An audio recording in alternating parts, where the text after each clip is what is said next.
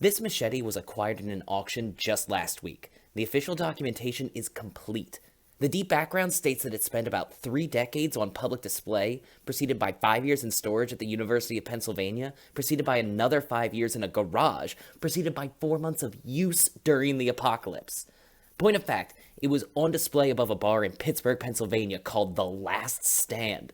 The former owners declined to elaborate on the story behind this artifact, but implied that they put it up for auction because the bar had been sold and will soon be a combination bookstore and coffee shop. Pittsburgh, of course, was one of the first major cities hit hard by the plague, literally devastated. Though the details are a mystery, which is to be expected, the history behind this item is undeniable. You can see it's covered in a layer of rust, which gives it an air of menace. But it also suggests the original owner didn't work outdoors.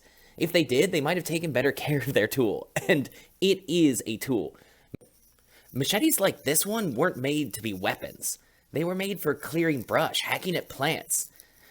This probably belonged to a regular person, probably a homeowner like yourself. The handle seems to be original. There's no specialized grip.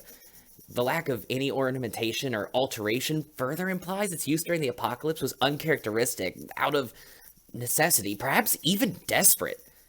Lab testing indicates that there is virtually no piece of the blade that was not at one point or another covered in blood. Online bidding will commence in 1 week, April 20th at 11 o'clock in the morning Eastern Standard Time. Please request your invitation soon. Space is limited.